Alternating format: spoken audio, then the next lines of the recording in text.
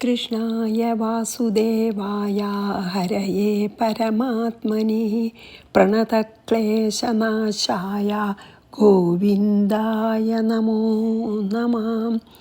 ശ്രീകൃഷ്ണാർപ്പണമസ്തു. സർവത്ര ഗോവിന്ദനാമസങ്കീർത്തനം. ഗോവിന്ദ ഗോവിന്ദ. ഗുരുവായൂരപ്പ ശരണം. നമ്മൾ 32 ചെയ്തത് അല്ലേ? ഇനി നമുക്ക് അപ്പോൾ പറഞ്ഞില്ലേ, എതിർച്ഛയാ നിനക്ക് കിട്ടിയിട്ടുള്ളൊരു അവസരം പാഴാക്കരുത്. ധർമ്മയുദ്ധം ചെയ്യാൻ നിനക്ക് യുദ്ധം ചെയ്യാൻ എത്ര ഇഷ്ടമാണ്. അപ്പോൾ അതിനൊരവസരം, അതും ധർമ്മയുദ്ധമായിട്ട് ലോക നന്മയ്ക്കായിട്ട് നിനക്ക് ചെയ്യാൻ പറ്റുന്ന ഒരു വളരെ ദുർലഭമായിട്ടൊരു അവസരം കളയരുതെന്ന് പറഞ്ഞു അല്ലേ? കഴിഞ്ഞാൽ എതിർച്ഛയാ കിട്ടിയതാണെന്ന് പറഞ്ഞുല്ലോ. അതായത് ഈശ്വരേച്ഛ കൊണ്ട് കിട്ടിയ ഒരു സന്ദർഭം എതിർച്ഛയാന്ന് പറഞ്ഞാൽ അതാണെന്നൊക്കെ നമ്മൾ പറഞ്ഞില്ലേ. ഇനി 2:33 വായിക്കാട്ടോ. അഥ ചേത്വമിമം ധർമ്മ്യം സംഗ്രാമം ന കരിഷ്യസി തഥ സ്വധർമ്മം കീർത്തിം ച ഹിത്വാ പാപമവാപ്സ്യസി. അപ്പോൾ ഇതിലെന്താ പറയണ വെച്ചാൽ, നീ ഇപ്പം ഈ ധർമ്മയുദ്ധം ചെയ്തില്ലെങ്കിൽ അത് നിൻ്റെ ഡ്യൂട്ടി, അവനവൻ്റെ സ്വധർമ്മത്തിനെ മറക്കലാവും എന്ന് പറയണം. നോക്കാം കേട്ടോ. അഥാത്വം, ഇഫ് യു അതായത് അഥവാ നീ ചെയ്തില്ലെങ്കിൽ നാഥത്വം. ഇമം ധർമ്മ്യം സംഗ്രാമം ന കരിഷ്യസി ചേത്. നീ ഈ ധർമ്മയുദ്ധം, സംഗ്രാമം വെച്ചാൽ എല്ലാവരും കൂടിയിട്ടുള്ളൊരു യുദ്ധമാണല്ലോ. അത് അർജുനൻ തന്നെയല്ല, എല്ലാവരുടെയും കൂടിയിട്ടുള്ള ഒരു കളക്റ്റീവ് എഫർട്ടാണല്ലോ യുദ്ധം. ഈ ഭാഗത്തുള്ള എല്ലാവരും ആ ഭാഗത്തുള്ള എല്ലാവരും. അപ്പോൾ ഇങ്ങനെയുള്ള ഒരു എല്ലാവരും കൂടി ചെയ്യാൻ നിശ്ചയിച്ച ഈ യുദ്ധം നീ ചെയ്തില്ലെങ്കിൽ ന കരിഷ്യസി ചെയ്ത്, ഈ ധർമ്മയുദ്ധം നീ ചെയ്തില്ലെങ്കിൽ, if do not wage this war, എന്ത് തതഹ എന്നാൽ സ്വധർമ്മം കീർത്തിം ച ഹിത്വ, അതിൻ്റെ അർത്ഥം നീ നിൻ്റെ സ്വധർമ്മത്തിനെയും ഡ്യൂട്ടിയും ഇതുവരെ ഉണ്ടായിട്ടുള്ള നല്ല പേര്, റെപ്യൂട്ടേഷൻ അല്ലെങ്കിൽ കീർത്തി, അതിനെയൊക്കെ നീ അവഗണിക്കുകയാണ്, ഇഗ്നോർ ചെയ്യാന്നാണ് അർത്ഥം. ഇപ്പം ഈ അവസരം ഉപയോഗിച്ചില്ലെങ്കിൽ നീ ശരിക്കും പറയാച്ചാൽ നിനക്ക് ഇതുവരെ ഉണ്ടായിരുന്ന റെപ്യൂട്ടേഷനും കീർത്തിയും നിൻ്റെ സ്വധർമ്മത്തിനെയൊക്കെ നീ ശരിക്കന്നെ അതിനെ അങ്ങോട്ട് കളയണ പോലെയാണ്, അല്ലെങ്കിൽ മറക്കണ പോലെയാണ്, അവഗണിക്കണ പോലെയാണ്. പാപം അവാപ്സ്യസി, നിനക്ക് ശരിക്കും പാപം തന്നെ ഉണ്ടാവുന്നത്. ഇവിടെ പാപം എന്നുള്ളതിന് ശരിക്കും നമ്മൾ വിചാരിക്കണ സിൻ അല്ല കേട്ടോ. അതായത് നിനക്ക് സ്വധർമ്മം അനുഷ്ഠിക്കാണ്ടിരുന്നാൽ നിൻ്റെ സ്പിരിച്വൽ പാത്തിൽ, ആധ്യാത്മിക പാതയിൽ അല്ലെങ്കിൽ നിവൃത്തി മാർഗത്തിൽ നിൻ്റെയൊക്കെ അതൊരു വിഘ്നമായിട്ട് തീരും, ഒരു ഒബ്സ്റ്റക്കിൾ എന്നേ അർത്ഥമുള്ളൂ ഇവിടെ. ഈ പാപം എന്നുള്ളതിന് നമ്മൾ വിചാരിക്കുന്ന സാധാരണ ഉപയോഗിക്കണ പാപം എന്നുള്ള വാക്കിൻ്റെ അർത്ഥമല്ല കേട്ടോ. പാപം ചെയ്ത് നരകത്ത് പോവുക അങ്ങനെയുള്ള അർത്ഥമല്ല പറയണേ. ഇപ്പോൾ നീ ഈ അവസരം പാഴാക്കി കളഞ്ഞാൽ ഇത് നിനക്ക് നിൻ്റെ കീർത്തി എന്തിനേയും അവഗണിക്കണു, അല്ലെങ്കിൽ അതിനെപ്പറ്റി ആലോചിക്കാതെ അത് നശിപ്പിക്കണു എന്നുള്ളതിന് പുറമെ സ്വധർമ്മം അനുഷ്ഠിക്കാണ്ടിരിക്കൽ. സ്വധർമ്മം അനുഷ്ഠിച്ചിട്ട് വേണ്ടേ സ്വധർമ്മം ഈശ്വരാർപ്പണമായിട്ട് അനുഷ്ഠിച്ചാലേ മനഃശുദ്ധി വരുള്ളൂ പറഞ്ഞുല്ലോ. അപ്പോൾ സ്വധർമ്മം അനുഷ്ഠിക്കാണ്ടിരുന്നാൽ നിൻ്റെ മനസ്സിൻ്റെ ശുദ്ധി വേണ്ടത്ര ഉണ്ടാവില്ല. അതും നമ്മുടെ ആ സ്പിരിച്വൽ പാത്തിൽ, നിവൃത്തി മാർഗത്തിൽ അല്ലെങ്കിൽ ആധ്യാത്മിക പുരോഗതിക്കൊരു തടസ്സമായിട്ട് നിൽക്കും ഈ സ്വധർമ്മത്തിനെ നീ മറക്കണത് എന്നാണ് ഇതിൽ പറഞ്ഞത് കേട്ടോ. അതായത് ഈ ധർമ്മയുദ്ധം ചെയ്യാൻ അവസരം കിട്ടിയിട്ടും നീ ചെയ്യാണ്ടിരുന്നാൽ അത് നിൻ്റെ ശരിക്കന്നെ നിൻ്റെ ആ മനസ്സിനെ ശുദ്ധീകരിക്കാനുള്ള ഒരു വഴി അല്ലാതെ തീരും. അല്ലെങ്കിൽ അത് നല്ലൊരു സ്പിരിച്വൽ പാത്തിൽ നിന്നെ മുമ്പിലേക്ക് കൊണ്ടുപോവുകയും ചെയ്യും. അതാണ് ഇതിൽ പറഞ്ഞത്. അപ്പോൾ ഞാനിതിൽ ഇതിൽ വായിച്ചു. ഈ MG രാമചന്ദ്രൻ എന്ന് പറഞ്ഞ ആളുണ്ടായിരുന്നല്ലോ തമിഴ്നാട്ടിലെ. അദ്ദേഹം ഒരിക്കൽ ഈ പെരിയവ, അതായത് കാഞ്ചി ചന്ദ്രശേഖര സരസ്വതി ഉണ്ടല്ലോ, പെരിയവ എന്നുള്ള പേരിലായിരുന്നു ചന്ദ്രശേഖരനെ കാണാൻ പോയിത്രേ. പിന്നെ മുഖ്യമന്ത്രിയെ തിരഞ്ഞെടുത്തപ്പോഴേ അപ്പോൾ അങ്ങയുടെ അനുഗ്രഹം വേണമെന്ന് പറഞ്ഞപ്പോൾ പെരിയവ പറഞ്ഞു അത്രേ, നിൻ്റെ ധർമ്മം എന്താ വെച്ചാൽ നിന്നെ ഇപ്പോൾ ആൾക്കാരെ വിശ്വാസത്തോടു കൂടി നീ അവരെ രക്ഷിക്കുന്നുള്ള വിശ്വാസത്തോടു കൂടിയല്ലേ പിന്നെ നിങ്ങളെ ഇപ്പോൾ തിരഞ്ഞെടുത്തത്. അതുകൊണ്ട് എനിക്കൊന്നേ പറയാനുള്ളൂ, അവരുടെ വിശ്വാസത്തിനൊരു കോട്ടം തട്ടാതെ നീ ഭരിക്കണം എന്ന്. അതാണ് നിൻ്റെ ധർമ്മം. അവർ നിന്നെ വിശ്വസിച്ച് നിന്നെ ഇപ്പോൾ മുഖ്യമന്ത്രിയാക്കിയില്ലേ, ഇനി നിന്നെ ആരെല്ലാം വോട്ട് ചെയ്ത് ജയിപ്പിച്ചോ അവരുടെ വിശ്വാസത്തിനെ നീ കളയാതെ അവർക്ക് വേണ്ട പോലെ, അതായത് അവർക്ക് വേണ്ടതൊക്കെ ചെയ്യണം എന്ന്. അതായത് അവർക്ക് നിൻ്റെ ഈ മുഖ്യമന്ത്രി പദം അവർക്കുള്ളൊരു സർവീസായിട്ട് കരുതണം എന്ന് പറഞ്ഞു അത്രേ. സെയിം തിങ് ആണ്, സ്വധർമ്മം അനുഷ്ഠിക്കുകയാണ്, ശരിയാണ്, മുഖ്യമന്ത്രിയൊക്കെ ആയിട്ട് സുഖമായിട്ട്. പക്ഷേ സ്വധർമ്മം അനുഷ്ഠിക്കുന്നുണ്ട്, ഈ അവരുടെ നന്മയ്ക്ക് വേണ്ടി പ്രവർത്തിക്കുക വെച്ചാൽ അതിനൊരു അത് ശരിക്കും അദ്ദേഹത്തിന് മുമ്പിലേക്ക് കൊണ്ടുപോകുന്നതാണ് പെരിയവ പറഞ്ഞത്. ഇതേപോലെയാണെന്നർത്ഥം. ഇനി 33 വായിച്ച് 34 പോവാട്ടോ. അഥ ചേത്വമിമം ധർമ്മ്യം സംഗ്രാമം ന കരിഷ്യസി തത സ്വധർമ്മം കീർത്തിം ച ഹിത്വാ പാപമവാപ്സ്യസി. ഇങ്ങനെ ഇംഗ്ലീഷിൽ പറയലുണ്ട്, എന്താ അറിയോ, omission of doing a right thing is actually more potent evil than committing a bad thing എന്നുണ്ടത്രേ, കമ്മിറ്റിങ് എ ക്രൈം എന്ന്. അതായത് നമുക്ക് നല്ലൊരു കാര്യം ചെയ്യാനുള്ള അവസരം ഉണ്ടായിട്ട് ചെയ്യാതിരിക്കുന്നത് നമ്മളൊരു തെറ്റ് ചെയ്യണേക്കാളും പാപമാണെന്ന്, ഈവിളാണെന്ന് പറഞ്ഞു. ആണ്, നമ്മൾ തെറ്റ് ചെയ്യണേക്കാൾ പാപമാണ് നമുക്ക് നല്ലത് ചെയ്യാൻ അല്ലെങ്കിൽ ആരെങ്കിലും സഹായിക്കാനൊരവസരം കിട്ടിയിട്ട് ആ അവസരം എന്തെങ്കിലും കാരണം കൊണ്ടോ, മടിയുണ്ടോ, നാണം കൊണ്ടോ, അറ്റാച്ച്മെൻ്റ് കൊണ്ടോ, നമ്മൾ എന്തെങ്കിലും ഒരു കാര്യം കൊണ്ട് ഒരു നന്മ ചെയ്യാൻ അവസരം കിട്ടിയിട്ട് പോലും ചെയ്യാതിരുന്നാൽ ഒരു ചീത്ത കാര്യം ചെയ്യണേക്കാളും പാപമുണ്ടെന്നാണ്. മനസ്സിലായില്ലേ? അതാണ് ഇതിൽ പറയണത്. അപ്പോൾ ഈ 34 അകീർത്തിം ചാപി ഭൂതാനി കഥയിഷ്യന്തി തേ വ്യയം സംഭാവിതസ്യ ച കീർത്തിർ മരണാദ് അതിരിച്യത്തെ. എന്താണ് പറയണത്? അബീച്ച, ഇനി ഇതിന് പുറമേ, അബീച്ചാമിനാൽ ഇൻ അഡീഷൻ അല്ലെങ്കിൽ അതിന് പുറമേ, ഭൂതാനി മീൻസ് എല്ലാവരും. ഇപ്പം ഇവിടെ അർത്ഥം സകല ജീവജാലങ്ങൾ എന്നർത്ഥമില്ല. പിന്നെ എന്താണ്, യുദ്ധം ചെയ്താലും യുദ്ധം ചെയ്തില്ലെങ്കിലും ഈ സകല ജീവജാലങ്ങളൊക്കെ ഒന്നും ഇല്ലല്ലോ, മനുഷ്യന്മാർക്കല്ലേ ഉള്ളൂ. അപ്പോൾ ഇവിടെ ഭൂതാനി പറഞ്ഞു വെച്ചാൽ ഈവൻ ഇമ്പോർട്ടൻ്റ് അല്ലാത്ത ആൾക്കാർ പോലും എന്നർത്ഥമുള്ളൂ കേട്ടോ. ഭൂതാനി മീൻസ് സാധാരണക്കാർ പോലും എന്നർത്ഥം ഇവിടെ. ശരിക്കും നമ്മൾ ഭൂതങ്ങളെ പറഞ്ഞാൽ എല്ലാ ലിവിങ് ബീങ്സ് എന്നർത്ഥമുണ്ട്, ഈ സർവ്വഭൂതങ്ങൾ എന്നാണ്. പക്ഷേ ഇവിടെ സാധാരണ മനുഷ്യന്മാരല്ലേ ഇപ്പോൾ ഇതിനെപ്പറ്റിയൊക്കെ പറയുള്ളൂ. അപ്പോൾ ഈവൻ സാധാരണ ആൾക്കാരും കൂടി എന്നാണ് അർത്ഥം. തേ മീൻസ് നിന്നെ, കഥയിഷ്യന്തി സാധാരണ ആൾക്കാർ പോലും നിന്നെപ്പറ്റി കഥ പറഞ്ഞ് പരത്തും. എന്താ കഥയിഷ്യന്തി വെച്ചാൽ എന്താ? കഥ പറഞ്ഞ് പരത്തും. സംഭാവിതസ്യ അകീർത്തി മരണാത് അതിരിച്ചതെന്ന്. അതായത് നല്ല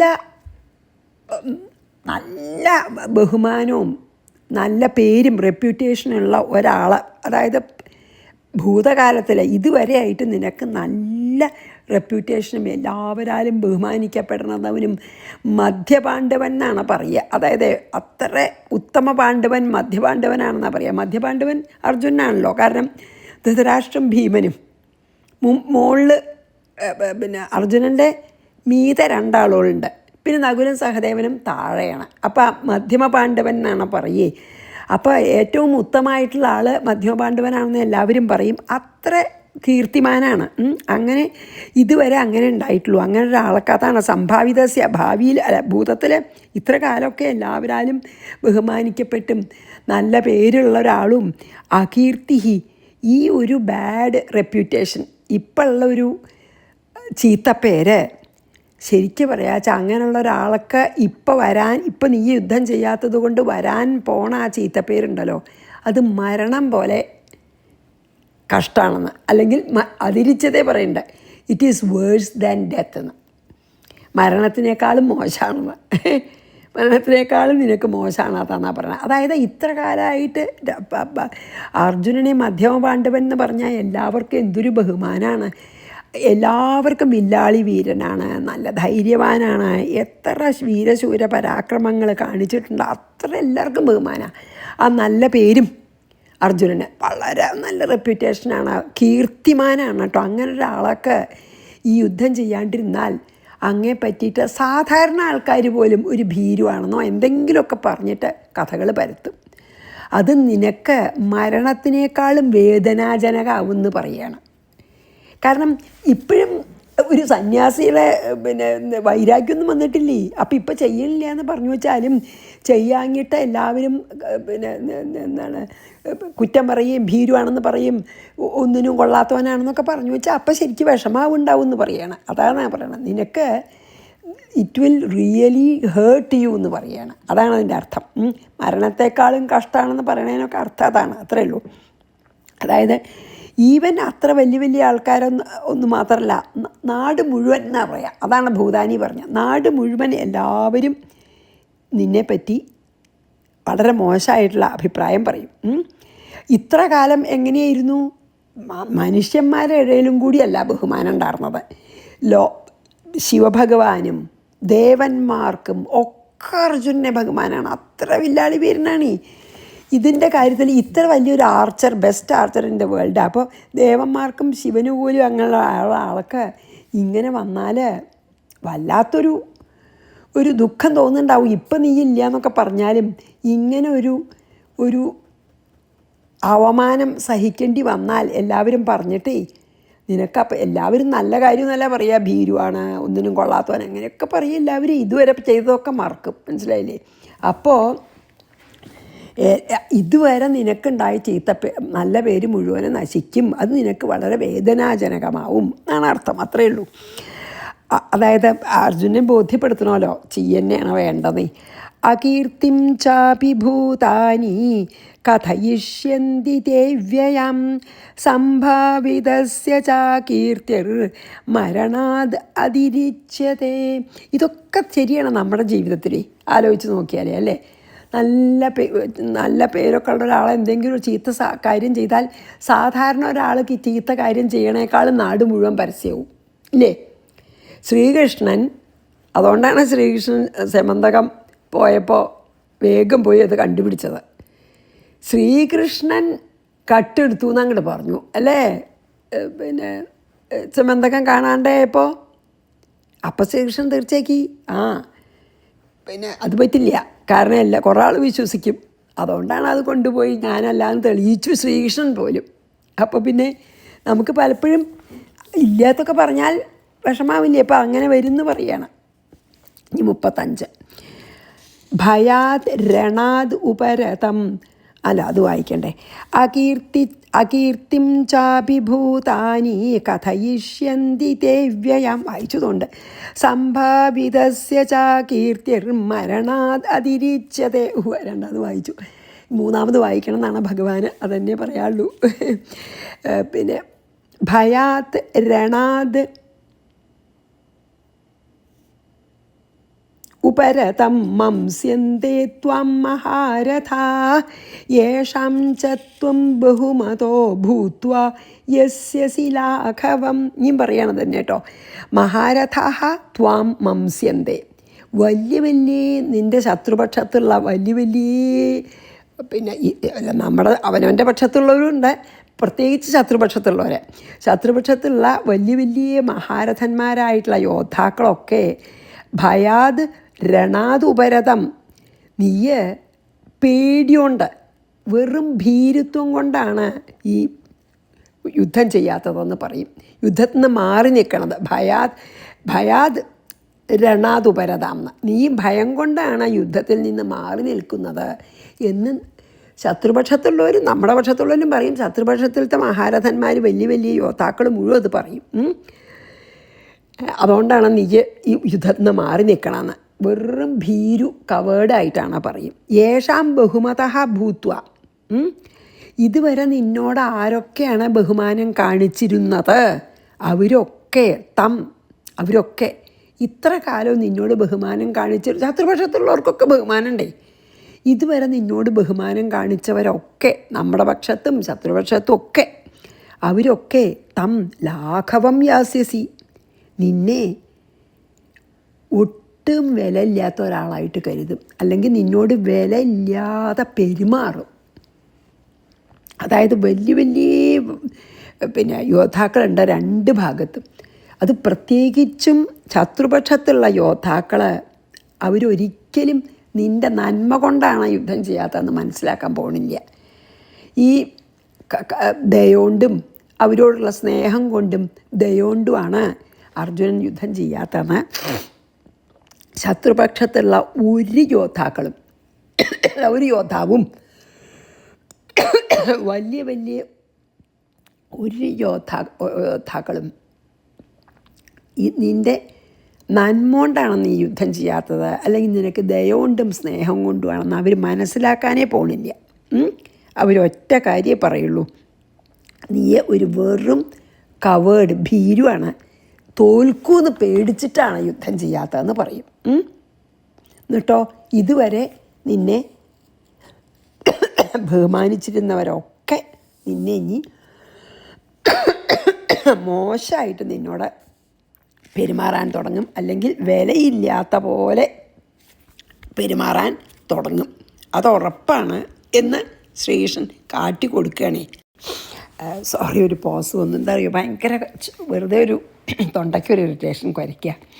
അപ്പോൾ അതുകൊണ്ട് നീ ചെയ്യാതിരിക്കരുത്. നിനക്ക് എല്ലാവരും നിന്നോട് വളരെ മോശമായിട്ട് നിന്നെ ബിലിറ്റിൽ ചെയ്യും, അല്ലേ, മോശമായിട്ട് പെരുമാറുന്നൊക്കെ പറഞ്ഞു. അത് ശരിയാണ്. എന്താ അറിയോ, എപ്പോഴും ഈ ശത്രുക്കളുടെ, പ്രത്യേകിച്ച് ശത്രുക്കളുടെ എപ്പോഴും എന്തെങ്കിലും തെറ്റുണ്ടെങ്കിൽ അതിനെ എല്ലാവരും വലുതാക്കി കാണിക്കും, അല്ലേ? അതായത് പ്രത്യേകിച്ച് ശത്രുക്കളാണെങ്കിൽ ഒരാളിൽ തെറ്റ് കണ്ടാൽ അയാളുടെ നല്ല പേരിനെ ചീത്തപ്പേരുണ്ടാക്കാൻ വേണ്ടിയിട്ട് ഇല്ലാത്തും കൂടി അതിൻ്റെ കൂടെ കൂട്ടി പറയും, കുറച്ച് കിട്ടിയാൽ. പക്ഷേ അവർക്ക് ശത്രുക്കൾക്ക് അസൂയ ഉണ്ടാവുമല്ലോ, അതാണ്. അപ്പോൾ യൂഷ്വലി ചെറിയൊരു കാര്യത്തിന് അതൊക്കെ നമ്മളെ ജീവിതത്തിൽ എത്ര ശരിയല്ലേ, ഒരു ചെറിയ കാര്യത്തിന് അതിൽ കുറച്ചും കൂടിയും കൂട്ടി ഇല്ലാത്തൊക്കെ പറഞ്ഞാൽ, ഇഷ്ടമില്ലാത്ത ഒരാളാച്ചാൽ അയാളെപ്പറ്റി ഇതൊക്കെ പറഞ്ഞാൽ കുറേ ആൾക്കാർ വിശ്വസിക്കുമല്ലോ. അങ്ങനെയുള്ള എന്ത് ഷോർട്ട് കമ്മിങ്സ് കണ്ടാലും അതിനെ വലുതാക്കി പറയുക. പ്രത്യേകിച്ച് നമ്മളോട് ശത്രുത ഉള്ളവർ അങ്ങനെയൊക്കെ ചെയ്യുമല്ലോ. അപ്പോൾ ശത്രുക്കൾ എന്തായാലും ചെയ്യും അത് എന്ന് പറയുകയാണ് ഭഗവാനെ. ഇതൊക്കെ വളരെ നമ്മളുടെ ജീവിതത്തിൽ എന്നും നടക്കണതാണ്. ഇതൊക്കെ ആലോചിച്ചാലേ അതുകൊണ്ടാണ് നമ്മളെപ്പോലെയാണ് അർജുനൻ എന്ന് പറയണേ. അപ്പോൾ ഭഗവാൻ സാധാരണക്കാരായിട്ടുള്ള നമ്മളോട് പറയണ പോലെയാണ് അർജുനനോട് പറയണത്, അല്ലാണ്ട് നല്ലൊരു ജ്ഞാനിയോട് പറയണ പോലെ അല്ലല്ലോ, അല്ലേ? ഭയാത് രണാത് ഉപരതം മംസ്യന്തേ ത്വാം മഹാരഥാ യേഷാം ച ത്വം ബഹുമതോ ഭൂത്വാ യാസ്യസി ലാഘവം. ലാഘവത്തോടുകൂടി പെരുമാറുന്നവൻ എന്താ, ബിലിറ്റിൽ ചെയ്യുന്ന, അതായത് ഒട്ടും വിലയില്ലാതെ പെരുമാറുന്ന. ഇനി 36. അവാച്യവാദംശ്ച ബഹൂൻ വദിഷ്യന്തി തവാഹിതാ നിന്ദന്തസ്തവ സാമർഥ്യം തതോ ദുഃഖതരം नु കിം. വേറെ എന്താ അതിലധികം നിനക്ക് ദുഃഖം തോന്നാൻ വഴിയുള്ള വേറെ എന്താ ഉള്ളതെന്ന് പറയണം. എന്താ അറിയോ, തവ അഹിതാഹ. ആരാഹിതന്മാർ? നമുക്ക് ഹിതമല്ലാത്തത് ചെയ്യുന്നവർ, അല്ലെങ്കിൽ നമുക്ക് അഹിതം ചെയ്യുന്നവർ, നമുക്ക് നല്ലതല്ലാത്ത ചെയ്യുന്നവർ, അല്ലേ? അല്ലെങ്കിൽ നമുക്ക് നല്ലത് ചെയ്യാത്തവർ എന്നോ എന്താ വെച്ചാൽ പറയാം. അപ്പോൾ എനിമീസ് എന്നർത്ഥം, ശത്രുക്കളെന്നർത്ഥം. തവ അഹിത പറഞ്ഞു വെച്ചാൽ ശത്രുക്കൾ. തവ സാമർഥ്യം നിന്ദന്ത. എന്നിട്ട് എന്താ പറയുക, നിനക്ക് പിന്നെ ഏതാപ്പത് 36 അതെ. എന്നിട്ട് ശത്രുക്കൾ എന്താ ചെയ്യുക വെച്ചാൽ തവ സാമർഥ്യം നിന്ദന്ത. ആ സാമർഥ്യത്തിനെ സാമർഥ്യമില്ലായ്മയായി പറഞ്ഞ് നിന്ദിക്കും, നിന്നെ താഴ്ത്തിപ്പറയും. സാമർഥ്യമാണ്, ആ സാമർഥ്യത്തിന് തന്നെ അസാമർഥ്യം വെച്ചുള്ള നിലയ്ക്ക്. അതായത് നിനക്ക് വേണ്ടത്ര ധൈര്യമില്ലയെന്നോ വേണ്ടത്ര കഴിവില്ലയെന്നോ അങ്ങനെയാക്കി പറയും. ശരിക്കും ഇത്രയും കഴിവുള്ള ആളല്ലേ. സാമർഥ്യം നിന്ദന്ത, അതായത് പൊട്ടൻഷ്യലിനെ താത്തി പറയും, അതാണ് അർത്ഥം. പിന്നെയോ അതായത് മോശമാക്കി പറയും. ബഹൂൻ അവാച്യവാദാൻ വദിഷ്യന്തി, അത് മാത്രമല്ല ഇല്ലാത്തതൊക്കെ നിന്നെ ഉണ്ടാക്കി.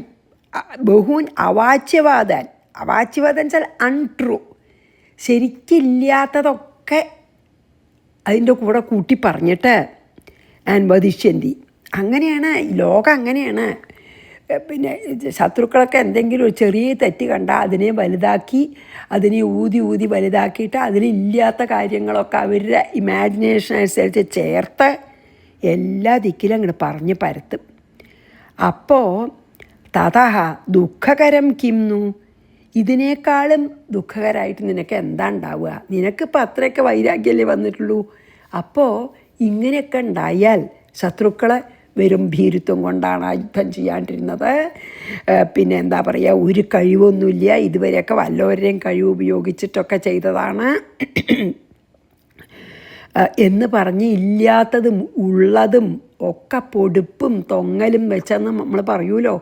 പൊടുപ്പും തൊങ്ങലും വെച്ചിട്ട് അർജുനെ പറ്റി മോശമായിട്ട് നാട് മുഴുവൻ പറഞ്ഞു നടക്കും. അതിലും കൂടുതൽ ദുഃഖം നിനക്ക് എന്താ ഉള്ളതെന്ന് ചോദിക്കുകയാണ്.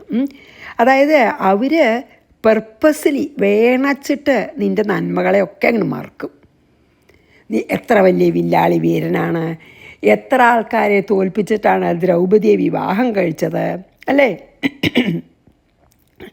എത്ര വിഷമിച്ചിട്ട് വെച്ചാൽ ഒരാൾക്കും പറ്റാത്തത് ചെയ്തിട്ട് അല്ലേ. അതുപോലെ തന്നെ ഖാണ്ഡവ വനം കത്തിച്ചപ്പോൾ അപ്പോഴല്ലേ ഗാന്ധീവം കിട്ടിയത്, ഗാന്ധീവം അസ്ത്രം കിട്ടി.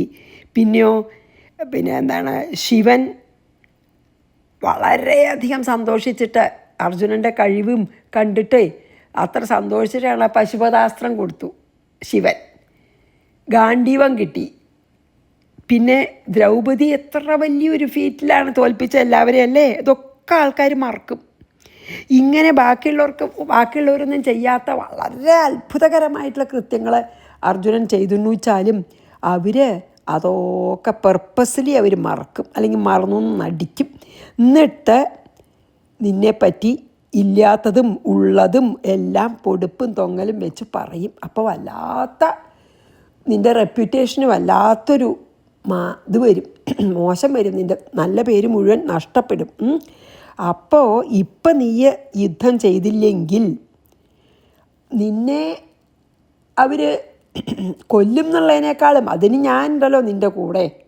എൻ്റെ സുദർശന ചക്രം കൊണ്ട് ഒരു മിനിറ്റ് കൊണ്ട് എനിക്ക് എല്ലാവരെയും ഞാൻ ഒന്ന് നോക്കിയാൽ അവരുടെയൊക്കെ കഴിഞ്ഞു. പക്ഷേ കൊല്ലുന്നുള്ളതല്ല, നിനക്ക് അവമാനമാവും, പിന്നെ ജീവിക്കുമ്പോൾ വളരെ വിഷമാവും. അതുകൊണ്ട് നിൻ്റെ മാത്രമല്ല ഈ കുടുംബത്തിൻ്റെ തന്നെ നീ റെപ്യൂട്ടേഷൻ കളയും. പാണ്ഡവ കുലത്തിൻ്റെ തന്നെ, പാണ്ഡവന്മാരുടെ ആ കുടുംബത്തിൻ്റെ തന്നെ ഇതൊരു പിന്നെ ഈ പരീക്ഷത്തിലൊക്കെ വരുന്നുണ്ടല്ലോ. അപ്പോൾ പരീക്ഷത്തിലൊക്കെ തന്നെ എൻ്റെ പിന്നെ മുത്തശ്ശനാണല്ലോ, പിന്നെ അഭിമന്യുവിൻ്റെ മകനാണല്ലോ. അപ്പോൾ പരീക്ഷത്തിനൊക്കെ പിന്നെ മോശമാവും. എന്താ പറയുക, എൻ്റെ മുത്തശ്ശൻ എന്താണ് യുദ്ധത്തിൽ നിന്ന് പേടിച്ചോടിയെന്ന് കേട്ടിട്ടുണ്ടെന്നൊക്കെ പറയില്ലേ. അപ്പോൾ കുടുംബത്തിന് തന്നെ അതൊരു മോശമാണ് എന്ന് പറയണം കേട്ടോ. അവാച്യവാദംശ്ച ബഹൂൻ വദിഷ്യന്തി താവാഹിതാ നിന്ദസ്തവ സാമർഥ്യം തതോ ദുഃഖതരം नु കിം. നിന്ദസ്തവ സാമർഥ്യം അതാണ്. പർപ്പസ്ലി നിൻ്റെ നന്മകളെ മുഴുവൻ കഴിവുകളെ മുഴുവൻ മറന്നിട്ട് ഇല്ലാത്ത കുറച്ചെന്തെങ്കിലും ഉണ്ടായ ഈ ഭീരുവാണെന്നുള്ളതെന്ന് പിന്നെ നല്ലോണം ഒരുപാടൊക്കെ കൂട്ടി എല്ലാവരോടും പറയും എന്ന് പറയണം. അതുകൊണ്ട് നിൻ്റെ കുലത്തിന് തന്നെ അതൊരു മോശമാണ്. ഇനി നോക്കട്ടെ, 37 കൂടിയും പറ്റുമെന്ന് നോക്കട്ടെ കേട്ടോ. പറ്റുന്നുണ്ടാവും, പറയാല്ലേ അതിലൊന്നും. ഉണ്ട് 37 പറയാം. ഹതോ വാ പ്രാപ്സ്യസി സ്വർഗം ജിത്വാ എന്താണെന്ന് എഴുതിയത് മനസ്സിലാവണില്ല. അഹം ഹതോ വാ പ്രാപ്സ്യസി ദുഃഖം ജിത്വാ വാ ഭോക്ഷ്യത്തെ മഹിം. അതെ, ഭോക്ഷ്യസേ മഹിം തസ്മാദുത്തിഷ്ഠ കൗന്ദേയ യുദ്ധായ കൃതനിശ്ചയ. ഈ നീക്കൂ യുദ്ധം ചെയ്യാൻ നിശ്ചയിച്ചിട്ട് നീക്കൂ എന്ന് പറയുന്നതാണ്. ഹത്വോ